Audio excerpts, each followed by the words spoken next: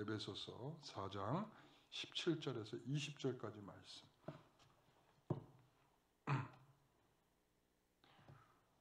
오늘은 온도가 그렇게 높지는 않은데 습도가 높다 보니까 제가 아침에 이제 지하에 냄새 나는 게 있어서 혹시 어떤가 뭐 확인하러 다니려고 왔다 갔다 뭐 목양실 왔다 갔다 그거 몇 번 좀 했다고 땀이 멈추질 않고 나와가지고 제가 아주 지금 매우 힘든데 어쨌든 우리 성도들 그래서 제가 맨 뒤에만 잠깐 틀어놨는데 여러분들 혹시 덥지 않으십니까?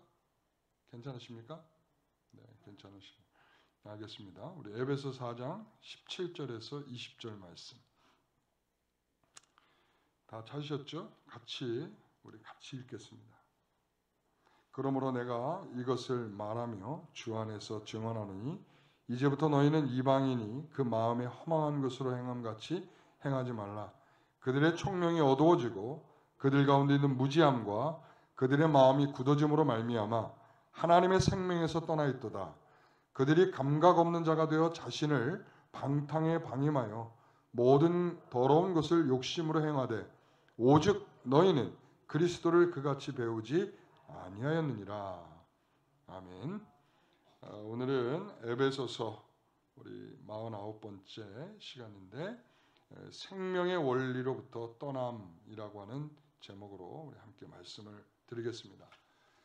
우리가 지난주에 이어서 이 본문의 말씀을 여러분들과 함께 나누게 되었습니다. 그런데 이제 오늘은 좀 더 지난주에 했던 말씀과 더하여 좀 더 실질적이고 여러분들이 이해가 될 그런 내용들. 왜 그런가 하면 이 내용이 너무나도 중요합니다. 중요한 이유는 뭔가 하면 우리가 신자로 살아가는데도 불구하고 불신자들의 모습들이 여전히 우리의 삶의 그늘에 있다는 것입니다.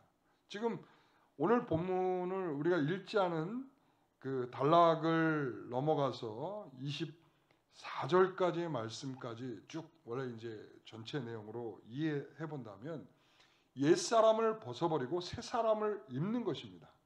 그러니까 옛사람의 모습을 벗어버리고 새사람을 입는 것은 여러분 이 표현에서 우리가 보는 것처럼 완전히 벗어버리고 새로운 옷을 입는 것입니다.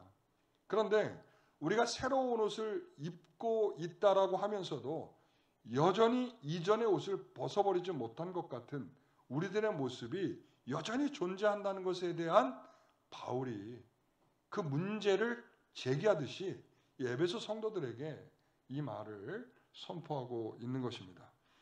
여러분 제가 지난주에 말씀드렸죠. 허망한 방식으로 살아가지 말자라는 말씀을 드렸습니다. 허망한 방식.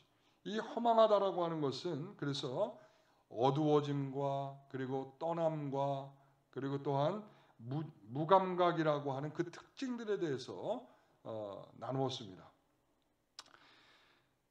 이 허망한 방식으로 살아가는 중요한 이유 중에 하나는 뭘까라고 생각해 보면 우리가 언뜻 생각할 수 있는 것 중에 하나가 뭔가 하면 자신이 누구의 손에 운명이 맡겨져 있는지에 대한 이해가 없기 때문입니다. 자신이 어떤 기준으로 삼아야 하는지를 몰라서 그렇게 사는 거죠. 돼지머리를 놓고 거기에다 절을 하고 그리고 또한 자신들이 만들어 놓은 곳에 거기에 경배를 행하는 그 모든 행위들은 진심으로 내가 누구에게 맡겨져야 할 그런 존재인가에 대한 이해가 전혀 없기 때문에 그와 같은 일을 하는 것이죠. 여러분들 가만히 그 모습들을 생각해 보면 왜 많은 사람들이 물론 그렇지 않은 사람도 있지만 거의 대부분의 사람들에게 있어서 종교성이라는 걸 갖고 있어요. 종교성. 그러니까 하나님을 섬기지 않더라도 하나님으로부터 떠난 그 잔상들이 남아 있어서 무엇인가를 의지하여야 한다라는 마음들을 갖도록 만듭니다. 그래서 막연하게라도 무엇인가를 의지해야 된다는 생각을 사람들로 하여금 하게 된다는 것이죠.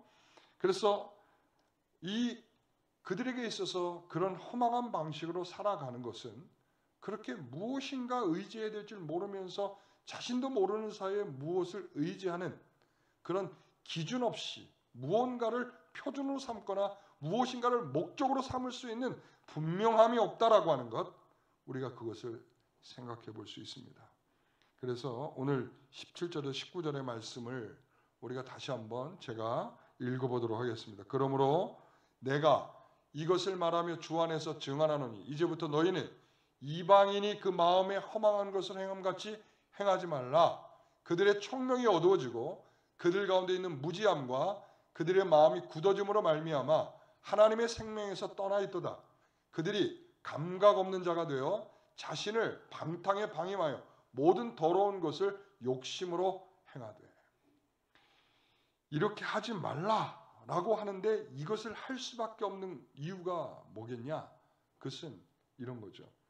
불신자들은 생명의 원리로부터 떠나 있기 때문에 그렇습니다. 생명의 원리를 알지 못하기 때문에 그런 것입니다. 그렇기 때문에 그들에게 나타나는 것은 허망함과 허탄한 삶을, 방탕한 삶을 살아가게 되어 있는 것이죠. 신자가 된 성도들에게도 이 두 단어가 쉽게 벗어나지 못하고 있기 때문에 사실은 이 부분이 굉장히 중요한 부분이고, 바울이 왜 여기에 에베소 성도들에게 교회에 대한 이야기가 끝나고 나자마자 이 말로서 우리에게 권면하고 있는지에 대한 이해를 하셔야 할 것입니다. 자, 제가 지난주에 허망이라는 말을 드렸습니다. 허망이 무슨 의미라고 이야기했죠?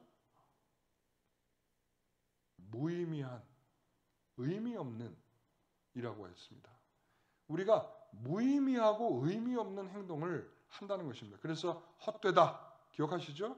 바람을 잡는 것처럼 헛되다. 여기까지는 기억이 되시죠? 그래서 허망은 조금 더 우리가 거기보다 조금 더 나가서 우리가 성도들로서 그 허망을 이해하기 위해서 다른 표현을 제가 해보도록 하겠습니다. 그것은 뭐냐면 허망은 생각이나 계획이 없거나 생각은 하였고 계획은 하였지만 행동으로 일치되지 않는 것을 가리킵니다. 그러니까 마음은 먹었어요. 아이들이 그렇잖아요. 열심히 이제부터 공부하겠습니다 해놓고는 열심히 매일 게임만 하고 살아. 어때요? 일치하지 않아요. 자신이 가지고 있는 계획과 마음과 일치하지 못하죠. 바로 그것을 허망하다라고 말하는 것입니다. 그래서 신자들이 신자이면서 어떻게 허망한 삶을 살겠습니까? 성도들에게도 다양하게 나타나는 양상이 있어요. 그게 뭔가 하면 성도들은 우리가 그렇잖아요. 주일에 오늘 이렇게 교회에 와서 우리가 같이 신앙 고백도 같이 하고 우리가 진정으로 주님을 예배하겠습니다. 그리고 진정으로 우리가 찬송을 드리고 그리고 그 하나님 앞에 기도하죠. 우리가 기도하는 것처럼 살지 않죠. 우리가 찬송하는 것처럼 살려고 힘쓰지 않죠. 우리가 정말 주만 우리의 하나님이십니다 라고 고백을 하지만 막상 우리가 세상에 나가면 주만 하나님으로 섬기고 살기에는 하나님 너무 우리의 현실이 쉽지 않습니다. 그래서 그런 우리의 이분법적인 생각은 교회에서 고백한 것과 교회에서 감사하는 것과 교회에서 마음을 다짐한 것과 막상 세상에 나가면 우리의 삶이 일치되지 못한다는 거죠. 그 삶을 가리켜 허망한 것입니다. 우리가 천성을 향해 가는 믿음을 가졌다고 합니다. 우리가 여러분 다 천국 가기를 원하고 계시죠? 지옥 가기를 원하고 계시는 분 있으십니까 혹시? 없으시죠? 천국 가기를 원합니다. 천성을 바라보는 것이죠. 그런데 우리가 사는 모습을 보면 천성과 상관없는 불필요한 것을 더 집착하면서 살고 있지 않습니까?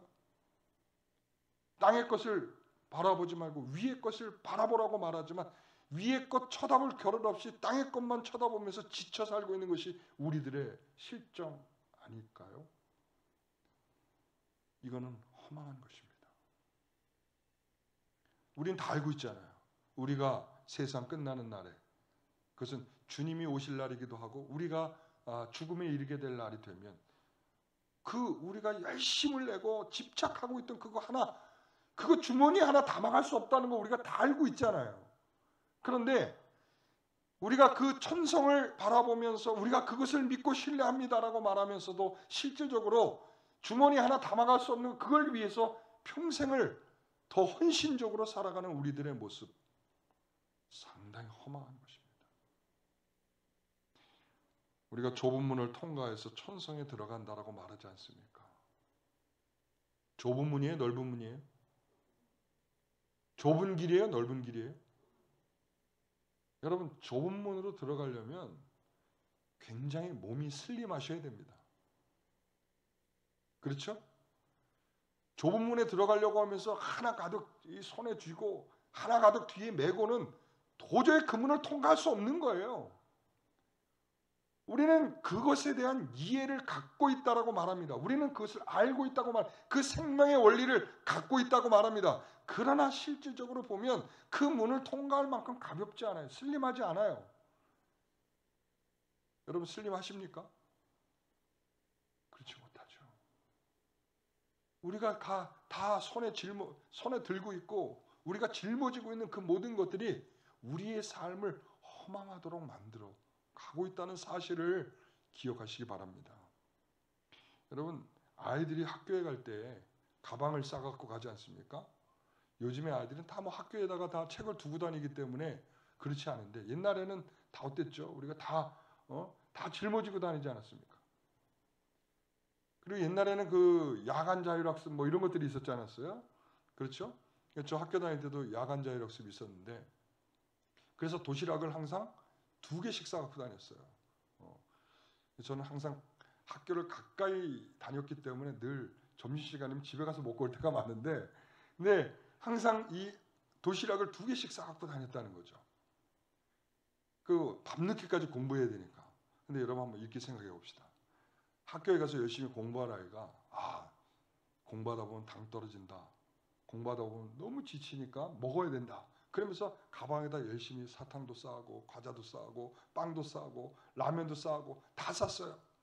그러고 나니까 가방에 뭘 담을 수가 없는 거예요. 어떻게 하셨어요? 너무 먹을 것을 다 담다 보니까 뭘 담지 못해? 책을 담을 수 없는 거예요. 그러고는 학교를 가는 거죠. 학교에 왜 갔죠? 먹으러 간 게 아니라 공부하러 가는 거잖아요. 그러니까 우리가 살아가면서 굉장히 허망한 삶을 이렇게 살고 있는 거예요. 우리가 정말 천성을 향해 가고 우리가 믿음으로 살고 우리가 정말 하나님을 경배하고 하나님이 우리의 주님이십니다라고 말하지만 실상 세상에 나가면 우리는 굉장히 나약해요. 그러니까 우리가 실질적으로 그 믿음을 갖고 세상을 향해 나왔는 줄 알았더니 보니까 우리가 잔뜩 뭘 싸갖고 나왔어요. 시간 먹을 것만 싸갖고 나온 거야. 공부할 책은 하나도 없이. 여러분 이게 우리의 허망함 속에 굉장히 자리 잡고 있는 우리들의 모습입니다. 로마서 12장 2절에 보면 너희는 이 세대를 본받지 말고 오직 마음을 새롭게 함으로 변화를 받아. 자, 마음을 새롭게 함으로 뭐라고요? 변화를 받아. 하나님의 선하시고 기뻐하시고 온전하신 뜻이 무엇인지를 분별하라. 그러니까 이게 바로 실천적 삶을 강조하는 사도 바울의 권면이에요. 11장까지 구원에 대한 교리를 딱 선포하고 난 다음에 12장에 들어오자마자 로마서의 12장에 들어오자마자 그의 실천의 첫 번째는 뭔가 하면 변화를 받으라는 거예요. 네가 구원을 받았다라고 말한다면 그 구원에 합당한 변화된 삶이 너의 참된 삶이어야 되는 것이요. 그 삶은 뭐냐면 내가 이전에는 내 사리사욕과 내 육신을 위하여 살아가는 것이었다면 이제는 어떤 삶으로요? 하나님이 무엇을 선으로 여기시는지, 하나님이 무엇을 기뻐하시는지. 그러니까 우리가 모든 것을 분별하고 판단하는 기준이 하나님께 있다라고 하는 사실을 우리의 삶에 열심히 적용하는 훈련들이 우리의 삶에 나타나야 되는 것이죠. 그러니까 그렇지 않고 그게 바로 생명의 원리 아니겠습니까? 생명의 원리. 생명의 원리는 그분의 원리로 사는 것이죠. 그분이 옳다면 아멘 하는 것이지만 그분이 옳지 않다면 우리가 포기할 수도 있는 것. 우리가 그런 삶을 살려고 하는 그런 훈련에 대해서 굉장히 약한 것 같아요. 왜 그래? 우리의 감정이 중요하고 우리의 실질적 삶의 상황이 더 표준이 되듯이 그것 때문에 하나님의 가르침은 오히려 우리에게 귀찮은 것 같이 돼버리고 말았죠. 여러분, 그런 것입니다. 세상의 집착에 빠져 천상에 가는 목표를 잃어버리고 있는 우리들이 아닌지, 그렇게 살고 있는 삶을 뭐라고요? 허망한 것이다. 여러분, 이제 허망에 대해서는 이제 이해가 충분히 되신 것 같죠? 예? 신자들도 얼마든지 허망하게 살 수 있다는 거예요. 여기에서 말하고 있다 보니까 불신자들만 이렇게 사는 거라고 생각을 우리가 하기 쉬운 거예요. 우리는 뭐 예수님 믿고 잘 살고 있지라고 생각을 하는데, 실질적으로 우리의 믿음에 배반된 우리의 삶이 허망한 것이라고 하는 것에 대한 이해가 우리가 필요하다는 말씀이죠. 그 다음에 여기서 주목해야 될 단어 중에 하나가 방탕입니다. 방탕. 방탕은 제가 지난주에 뭐라고 말씀드렸죠? 네? 낭비. 옳습니다. 낭비입니다. 그래서 제가 성경에서 어떤 말씀을 여러분들에게 예를 들었죠? 탕자의 비유였죠. 탕자가 이 둘째 아들이 아버지에게 재산과 재산 처분권을 받아가지고 타국에 가서 허랑방탕한 생활을 하면서 그 재산을 다 탕진하고, 그리고 거지처럼 되어버린 그의 인생을 방탕한 것이다. 그가 방탕하게 살아서 방탕한 게 아니라 그가 아버지가 준 모든 재산을 뭐 했다는 거예요? 허비했다는 거예요. 허비. 그리고 그 시간 동안 그 시간들을 다 어떻게 한 거예요? 그 시간을 다 허비하고 살았다는 거예요. 하나님의 영광을 위해 살아갈 인생이 자신의 그 악함을 나타내고 악함으로 살아가는 그 현실을 통하여 그는 철저하게 시간을 허비하며 살았던 것이죠. 그러니까 우리가 상당히 우리의 삶 속에서도 말이죠, 시간을 허비하는 경우들이 많아요. 여러분, 우리 아이들이 학교에 가면 자동적으로 공부 다 잘할 거라고 생각 안 하시죠? 안 하시죠? 그러니까 뭐 학원도 보내기도 하고 그러잖아요. 여러분, 신앙생활 오래 한다고 해서 신앙이 성숙하고 좋아질 거라고 생각 안 하시죠? 그 왜 그럴까요? 아니, 애들이 똑같은 시간에 가서 똑같은 교실에서 앉아서 공부를 하는데 천차만별의 결과가 나타나는 것은 왜 그럴까요? 그리고 이렇게 같이 앉아서 똑같은 말씀을 듣고 있는데 어떤 사람은 그 말씀을 듣고 굉장히 뭔가 변화가 일어나는 성도들이 있는가 하면, 어떤 성도는 도대체 목사가 무슨 말을 하고 있는 거지? 하나도 못 알아듣고 있는 그런 성도들도 있는 거죠. 왜? 똑같은 장소에서 똑같이 들려주고 있는 말을 계속적으로 똑같이 듣고 있는데도 왜 신앙의 성숙은 달리 나타나는 것일까요? 신기하죠. 물론 하나님의 역사죠. 그 변화가 일어나고 마음이 새로워지는 것, 우리의 의지와 상관없이 하나님께서 우리에게 주시는 은혜이죠. 그런데 하나님의 은혜를 체험하고 있는 누군가가 있다면 어떤 사람에게는 그 시간들이 다 방탕한 시간이 되고 있다는 것이죠. 허비되고 있는 거예요. 허비되고.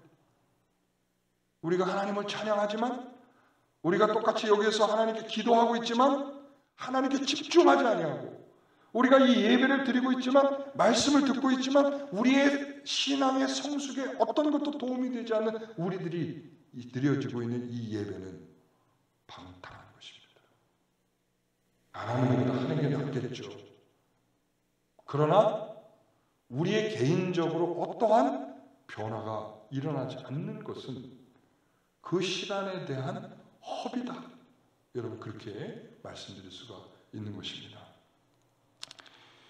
여러분, 우리의 행동이 우리의 생명과 경건에, 그리고 천성을 향한 그런 방향에 도움이 되고 있습니까?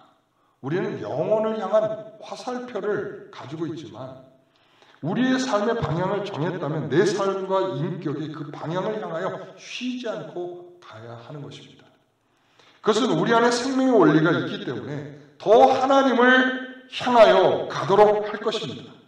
우리가 우리의 자녀들에게, 그리고 또한 우리 가정에, 그리고 또한 우리들의 직장에 어떤 곳에서든 우리는 그러한 관점으로 우리가 삶을 살아갈 때 그것이 하나님께 영광이 될 것이며 그 시간은 방탕하지 않은 우리들의 신앙의 시간이 될 것입니다. 여러분, 그래서 중요한 건 뭐냐면 우리의 생명의 원리를 말하고 행동하는 것, 이 훈련들이 계속돼야 된다는 거예요. 이 불신자들에게 나타나는 것 중에 하나가 뭔가 하면 20절의 말씀이에요. 같이 한번 읽어보겠습니다. 20절. 오직 너희는 그리스도를 그같이 배우지 아니하니. 불신자들의 특징입니다. 불신자들의 특징은 배우려고 하지 않아요. 들으려고 하지 않아요. 거기에 대하여 자기 자만심과 자기 주장으로 절대 들으려고 하지 않습니다. 배우려고 하지 않습니다. 여러분, 우리 신앙이 자라지 않는 이유 중에 하나는 바로 이 이유 때문일 것입니다. 여러분, 배우려고 하고 그 배운 것을 훈련하려고 할 때 그 안에서 역사가 있습니다. 그건 분명합니다. 하나님 말씀이 무엇인지를 배우려고 할 때 제가 요즘에 많이 놀라고 있습니다. 우리 학생들과 청년들을 제가 만나서 개인적으로 지금 면담을 하고 또 신앙적 교육도 하고 그러고 있는데 놀라운 것은 성경을 몰라도 정말 모른다는 것입니다. 그게 무슨 뜻인지 알겠습니까? 그러니 설교를 들을 수가 없다는 말이죠. 성경을 너무 몰라요. 아니, 주일학교 6년을 다녔고 유치부부터 다녔다 그러면 이미 정말 어느 정도 성경에 대해서 진짜 몰라도 파편적이라도 뭔가 좀 이해가 있어야 되는데 몰라도 너무 몰라요. 그러니까 지금 제가 안 되겠다 이 생각이 정말 드는 거죠. 왜 그렇습니까? 아이들이 그 시간에 충실한 것처럼 보였어도 배우려는 마음이 없어요. 우리 성도들도 마찬가지입니다. 정말 이 시간에 와서 예배 열심히 드리고 뭔가 열심히 하는 것 같지만 제가 늘 일주일 후에 지나서 지난주에 설교를 묻잖아요. 근데 여러분 얼마나 여러분들의 삶에 그 말씀이 적용되고 그 말씀으로 살아가려고 애를 쓰고 그 말씀 때문에 내가 정말 힘을 얻고 그 말씀 때문에 내가 살아가는 방식이 바뀌어지고 하는 그런 역사가 있어야 함에도 불구하고 실제적으로 우리의 삶에 배우려고 하는 태도, 듣기는 들었지만 그 들은 걸 가지고 살아가려고 애를 쓰는 그런 애씀들이 나타나지 않아요. 이방인들과 비슷한 거예요. 그들은 아예 귀를 막고 듣지 않고 있다면 우리는 그냥 듣고 귀는 즐거웠으나 실질적으로 우리의 삶에 풀어놓고 그것을 배우며 살아가려고 하는 우리들의 자세는 잘 안 나타난다는 것이죠. 믿으면 된다는 것입니다. 공통적인 특징, 내가 믿고 있다는 것입니다. 내가 믿는데 뭐가 문제냐는 것입니다. 뭘 믿냐고 내가 물어보면 그냥 믿는다라고 말합니다. 난 예수를 믿는다. 여러분, 오늘 여기서 표현하고 있는 말이 뭐예요? 그들이 그리스도를 듣지 않는다는 거예요. 그리스도를 배우지 않는다. 그리스도에 대하여 배우지 않는다. 여러분, 그리스도가 어떤 분이십니까? 여러분, 제가 여러분들에게 시간을 드리면 그리스도에 대해서 한 1시간 정도 설명하실 수 있겠습니까? 여러분들 지금 들은 세월이 얼마고 성경을 본 세월이 얼마인데 그리스도에 대해서 1시간을 설명 못 하시겠습니까? 그거 왜 그런 겁니까? 오늘 굉장히 혼을 내는 것 같은 시간이 되어버렸는데 제가 그 말을 하려는 것이 아니라 여러분 배우기에 힘쓰셔야 됩니다. 배운다는 것은 단순히 기억을 하겠다는 게 아니라 그걸 가지고 애를 쓰고 살아보려는 바로 우리의 믿음과 신앙에 일치한 삶을 살아가는 데에 우리가 힘을 써야 된다는 말을 하고 있는 것입니다. 여기까지가 지금 서론인데 제가 서론에 대한 이야기를 너무 많이 한 것 같아요. 우리가 지난주 복습이면서도 실질적인 이야기를 제가 드렸습니다. 여러분 그 생명의 원리로부터 떠나 있어 그리스도를 배우고 훈련하지 않는 것이 이방인들이라면 우리에게 그런 모습들이 남아있지 않냐는 것이죠. 여러분 우리에게 생명의 원리라고 제가 그 표현이 오늘 본문에서도 그렇게 말하잖아요. 하나님의 생명에서 떠나 있도다 라고 말하잖아요. 하나님의 생명에서 떠나 있도다. 하나님의 생명으로부터 떠나 있는 그들은 그 하나님의 생명의 원리가 그들 가운데 존재하지 않기 때문입니다. 사랑하는 성도 여러분, 우리가 생명의 원리를 가졌다면 그 원리가 우리에게 우리의 삶을 살아가도록 힘껏 주장할 수 있도록 그 말씀 앞에 겸손해지기를 소원합니다. 오늘 저와 여러분들이 그 일을 위해서 이날이 귀한 것입니다. 이제 내일부터 여러분들이 살아가는 필드에서 내가 이방인들이 가지고 있는 그들의 습관을 버리고 정말 생명의 원리를 우리의 삶에 적용하면서 살아갈 수 있게 되시기를 간절히 소망합니다. 여러분, 그래서 제가 오늘 그들이 왜 그렇게밖에 생명의 원리를 떠나 살 수밖에 없는가? 라고 할 때 오늘 두 가지를 제가 말씀드리려고 합니다. 첫째는 뭔가 하면 그들은 어두워져 있기 때문입니다. 뭐라고요? 어두워져 있다. 이 어두워져 있다는 것과 두 번째 제가 뭐라고 표현했죠? 무지한 것. 이 둘은 서로 상호작용이 일어나는 거예요. 어두워지면 계속적으로 무지하게 되고 무지하면 어두움 가운데 있는 것입니다.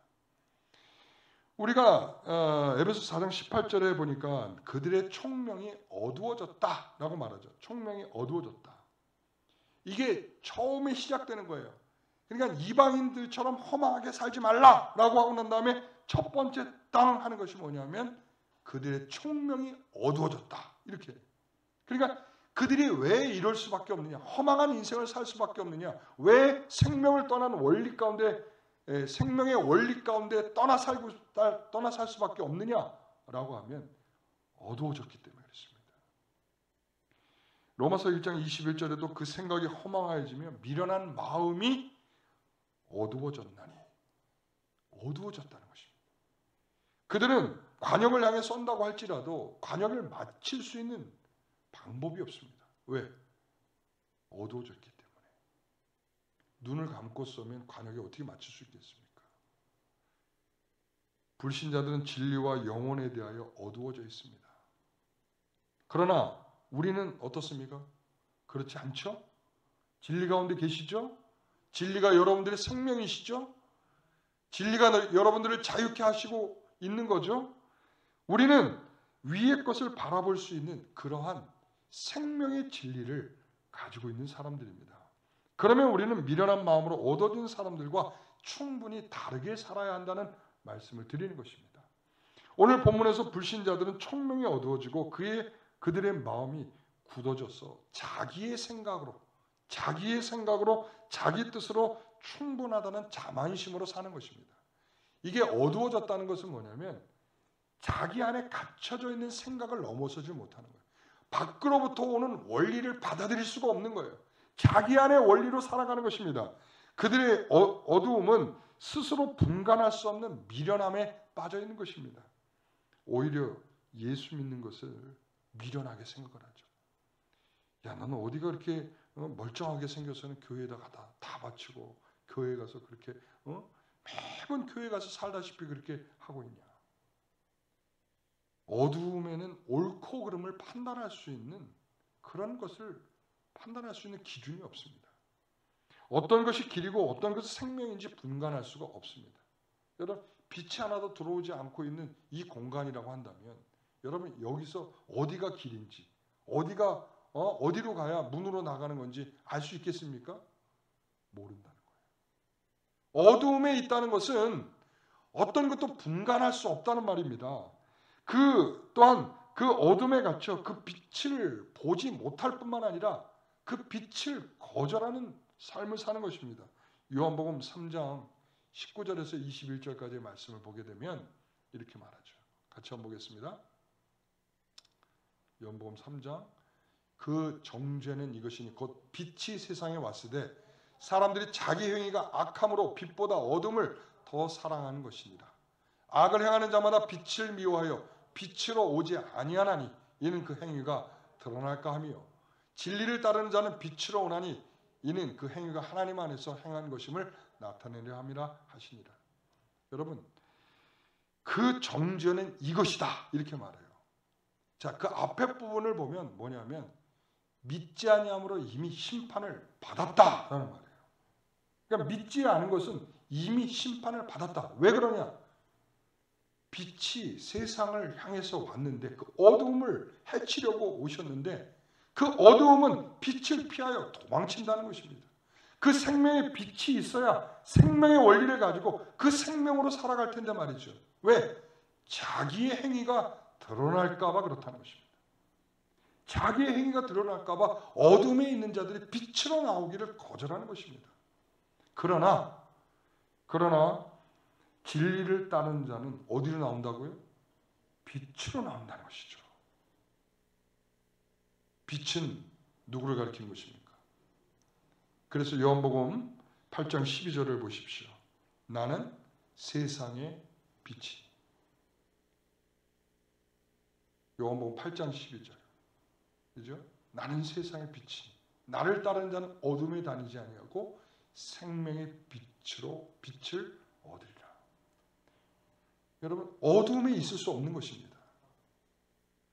우리가 생명의 원리를 분간할 수 없는 무지함에 빠질 수 없는 것입니다. 예수님은 생명의 빛이십니다. 신자들은 그 빛을 따라 생명의 원리를 가지고 살아가는 것입니다. 여러분, 우리는 미숙함으로 제대로 이해할 수 없을 때도 있습니다. 철로역정을 우리가 지금 계속 공부하고 있으면서 이 크리스천이 그 천성을 향하여 걸어가지 않습니까? 그런데 잘 가다가도 툭툭 나오는 게 뭐예요?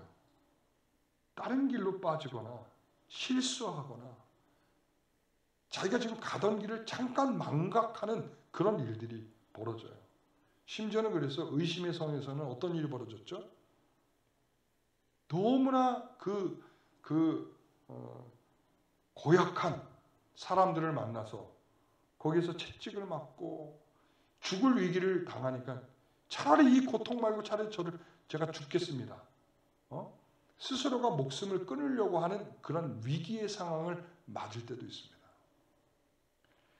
우리가 진리의 빛이 우리에게 생명으로 있어 그 생명의 원리로 살아감에 불구하고 천성을 가면서도 크리스천은 순간적으로 망각하거나 순간적으로 다른 길을 들어가거나 그런 일들이 생길 수 있습니다. 그러나 그의 목표는 항상 천성입니다. 여러분, 그게 바로 크리스천인 것이죠. 우리 신자들은 우리가 순간 어두움에 빛을 잃은 것 같은 막막하고 어두움에 있을 수 있습니다. 그러나 그 어두움 속에서 생명의 빛이신 그분을 바라보고 그분을 향하여 나아가려는 그런 방향성과 그러한 의지들이 우리에게 나타나게 될 것입니다. 여러분, 그래서 어둠 가운데 있는 사람들은 이런 거예요. 여러분, 대학에 이렇게 가게 되면 시험 문제가 객관식은 잘 안 쓰고 이제 주관식을 이렇게 논술하듯이 이제 써야 되거든요. 그런데 공부를 열심히 하는 사람들이야 뭐 문제가 되지 않는데 항상 전날에 마지막 벼락치기 하듯이 공부하는 사람들이 있잖아요. 근데 이 사람들은 자기가 이제 찍는 거예요. 아, 요거 정도 나올 것 같다. 그리고서는 그것을 찍어서 그것만 공부하는 거예요. 참 하나님의 은혜가 있어서 그 문제가 나온다면 감사한 일인데 항상 그렇게 적중률이 높은 것은 아니거든요. 그렇게 되면 다른 문제가 나와도 쓸 게 있어요, 없어요? 다른 문제가 나오면 공부한 게 다른 거거든. 그러니까 다른 문제가 나와도 답이 틀린 줄 알면서도 그걸 쓰는 거야. 왜? 쓸 게 없으니까. 열심히 쓰고 그 다음에 이제 뒤에다가 뭐라고 쓰는지 아십니까? 해봤구나. 교수님 정말 죄송합니다. 제가 열심히 공부를 하려고 했는데 제가 어젯밤에 갑자기 몸이 안 좋아서 이것밖에 못했습니다. 교수님 죄송합니다. 낙제를 면하려고 하는 얄팍한 마음에 마지막 자신의 그 마음을 호소하는 그 감정적인 편지로 마무리하는 것이죠. 틀린다면 다 시커 써놓고, 응? 여러분 이런 식으로 우리가 하나님이 우리에게 아무리 답을 주셔도 자꾸 우리의 의지로 답을 쓰는 사람들이 있어요. 하나님 전 안 되는 것 같아요. 저는 그냥 이렇게 살겠습니다. 하나님이 아무리 우리에게 정답을 주셔도 그 정답으로 살아가기가 굉장히 여러 가지 어려움들이 있다 보니까 그 답을 그냥 내 답만 맨날 쓰는 거예요. 내 답만. 그리고 그냥 맞게 해달라고 하나님께 울며불며 기도하는 거죠. 하나님, 제가 알잖아요. 내가 이렇게밖에 못하는 거. 꼭 오답 써놓고 교수님에게 점수 달라고 아양 떠는 그 학생처럼 우리 맨날 그렇게 어두움 가운데 있는 사람들처럼 그렇게 살고 있지는 않습니까? 여러분, 오늘날 신자들은 어떤 문제도 항상 자기 답을 쓰려는 사람들이 있다는 것, 여러분 혹시 우리가 그렇지 않은지 우리 스스로를 살펴보십시오. 제가 참 감사하고 위로가 되는 것은 뭔가 하면 설교가 끝나고 나고 그러고 난 다음에 주중에 성도들로부터 어떤 연락을 받을 때입니다. 목사님, 제가 이번 주간에 말씀을 듣고 그렇게 해보려고 이렇게 참 열심히 노력을 해봤습니다. 이럴 때 굉장히 저도 위로가 돼요. 목사님 나갈 때 오늘 제가 설교하고 서 있을 때 목사님 오늘 은혜 많이 받았. 저는 그건 별로 위로도 안 돼. 주중에 목사님 제가 그 말씀을 갖고 열심히 살아보려고 했는데 참 어렵고 힘들었습니다. 목사님 같이 기도해 주십시오. 이건 굉장히 힘이 되는 것 같아요. 주중에 요즘에 구역 모임들 하시잖아요. 그 구역 모임 하고 난 다음에 어떤 들려오는 소리들이 있어요. 구역 모임을 끝나고 나서 어떤 성도가 내가 이런 거 잘 못하고 있었는데 이제부터 새롭게 다시 한번 시작해 보겠습니다. 이럴 때 큰 위로가 되는 거예요.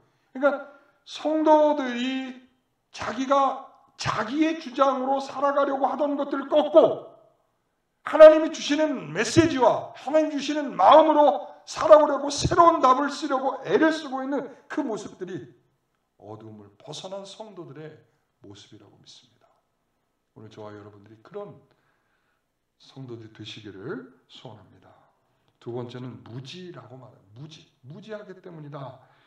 여러분, 불신자는 허망하고 방탕하다고 했습니다. 그럴 수밖에 없다는 것은 그들은 무지하기 때문에 마음이 굳어졌어요. 무지함으로 말미암아 마음이 굳어짐으로 말미암아 생명의 원리로부터 떠난 사람들이라고 말하고 있습니다. 하나님의 생명으로 떠나 있기 때문에 사실은 무지한 것입니다. 그 생명의 원리로부터 떠나 있기 때문에 무지한, 관심이 없어요. 아무리 들어도 남는 게 없어요. 근데 참 희한하죠. 애들 있잖아요. 어린아이들도 게임을 하면서 말이죠. 그 용어들, 거기에 나오는 용어들 있잖아요. 영어로 된 아주 나도 한 번 듣고도 정말 기억하기 어려운 그런 용어들이 거기서 나오는데 애들이 그런 걸 줄줄 읊어요. 그런데 아브라함은 몰라요. 아브라함이 누군지 이삭이 누군지 몰라요. 그들이 아는 건 오직 예수예요. 야, 너 믿음 좋다. 내가 그랬어요. 너는 아무것도 모르고 예수만 아느니 정말 얼마나 믿음이 좋으냐. 네. 여러분 그렇습니다. 그러니까 사실은요, 애들이 들으려는 관심만 있으면 모를 수가 없는 일입니다. 그런데 이 마음이 굳어지고 그리고 허망한 그리고 방탕한 마음들이 있는 모든 이들에겐 사실 남을 것이 없는 것이죠. 그래서 여러분 성경은 불신자들을 가리켜 뭐라고 말하냐면 미련하다라고 말해요. 왜? 무지하기 때문에. 여러분 누가복음 12장에 보면 어리석은 부자의 이야기가 나옵니다. 어리석은 부자는 그는 생각합니다. 농사를 지었더니 농사가 아주 풍년이 들었던 거예요. 그때는 자기의 창고로는 다 담을 수가 없었어요. 그래서 이걸 어떻게 하면 좋을까 고민하다가 방법은 창고를 넓게 짓는 거지. 그리고는 그 창고를 넓게 주고 거기다가 다 갖다 놨어요. 그때 하나님이 말씀하십니다. 누가복음 12장 20절에 하나님이 이르시되 어리석은 자여, 어리석은 자여 이렇게 말하죠. 어리석. 그러니까 성경에서 미련한 자, 그러니까 무지한 자들 가리켜서 이렇게 어리석다라고 표현. 이 어리석은 자여, 오늘 밤에 내 영혼을 도로 찾으리니 그러면 내 준비한 것이 누구의 것이 되겠느냐? 창고에 가득 채워놨는데 오늘 밤 데려가신다는 거예요. 야, 그리고 묻는 거죠. 그럼 누구의 것이냐?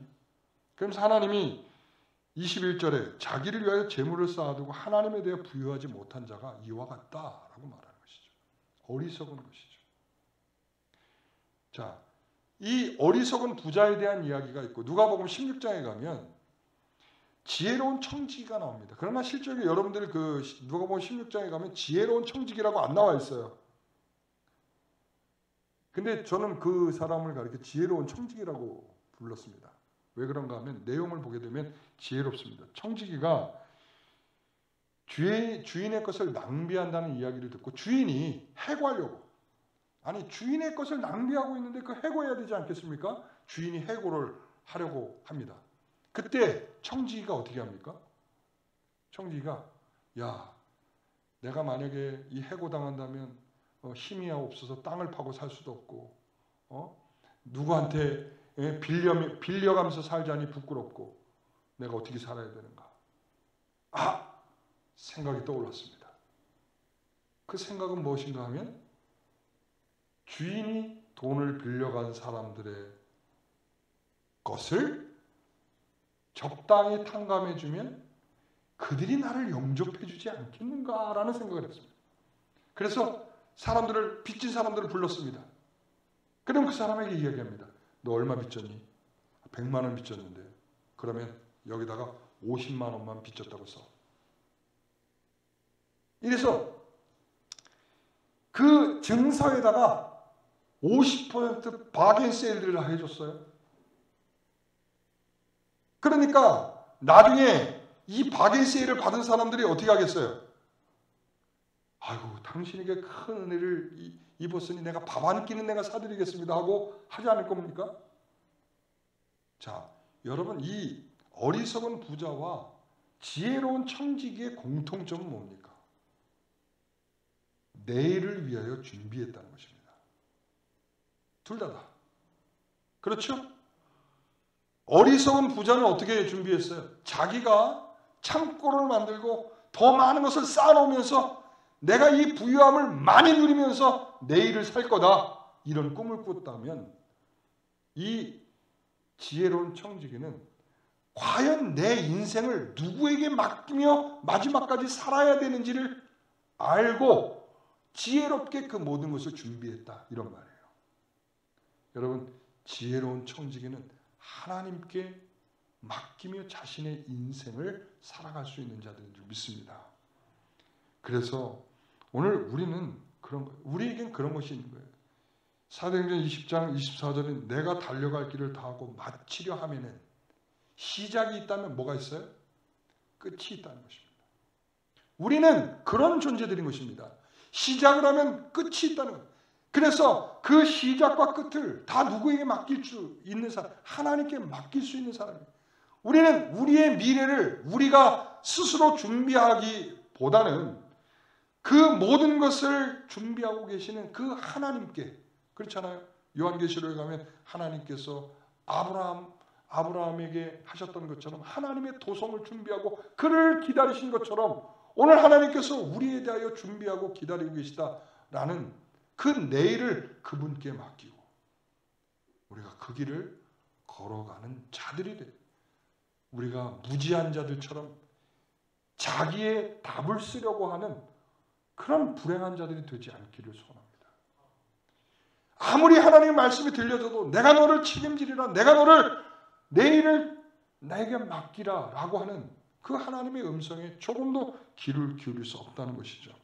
여러분, 불신자들이 말하는 것 중에 하나가 뭐예요? 우리도 자꾸 쓰는데 팔자가 사나우니 뭐니, 응? 우리의 운명이 참 뭐 같다고 그러더니 뭐 이런 말들을 쓰죠. 여러분, 팔자가 사납다, 팔자가 있다. 팔자, 그건 뭐예요? 자기가 자기를 결정할 수 없는 뭔가가 있다는 말을 하고 있는 거예요. 아시겠습니까? 그러니까 그들이 하나님을 알았다면 그런 표현을 쓰지 않을 텐데, 하나님을 모르는 자들이, 생명의 원리로부터 떠난 자들이 무지하기 때문에 뭔가는 희미하게 남아있는 잔상은, 팔자가 그런가 보다. 내 뜻대로 안 된다. 운명을 쥐어주는 누군가가 있는 것 같다. 그러나 하나님은 모르는 거예요. 우리 스스로를 우리가 준비하고 사는 무지한 자들과 같은 그런 인생을 살아가지 않게 되시기를 간절히 소원합니다. 마지막으로 물질 문명의 쾌락이 우리의 영혼을 잠들게 하고, 그리고 또한 목말라 하는 것을 멈추도록 만들었습니다. 이 물질 문명이 가져온 가장 큰 패단은 우리가 하나님에 대한 갈급함이 사라졌다는 것이죠. 그분을 알고 믿고 있으면서 목마르지 않고 갈급하지 않는 것, 이 또한 우리가 허망한 것이며 또한 망령된 것입니다. 잠깐의 침체 상황일 수 있지만, 그러나 그것이 우리를 허망하게 하고 방탕하게 하는 것일 수 있습니다. 여러분, 우리의 삶 속에 하나님에 대한 갈급함과 하나님을 배우려 하는 사모함과, 그리고 하나님의 그 뜻으로 살아내려고 하는 생명의 원리로 살아가는 우리가 되시기를 간절히 소망합니다. 기도하겠습니다. 하나님, 감사합니다. 우리가 진정으로 생명의 원리를 가진 성도들로서 그 믿음으로 살아가는 우리가 되기를 소원합니다. 이 세상에 자기의 생각과 자기의 판단으로 생명의 길을 떠난 무지한 자들과 어둠 속에 헤매고 있는 빛을 떠난 자들처럼 살아가지 않게 하시고, 하나님께서 우리에게 주신 말씀으로 우리가 세상을 살아가려고 하는 그런 믿음이 우리 가운데 있기를 간절히 소망합니다. 우리가 가지고 있는 믿음과 우리가 살아가는 방식이 동일할 수 있게 인도하여 주옵소서. 오늘 우리가 참으로 방탕한 자들처럼 시간을 허비하며 살아가는 우리의 인생이 되지 않게 하여 주시옵소서. 예수님의 이름으로 기도하옵나이다. 아멘.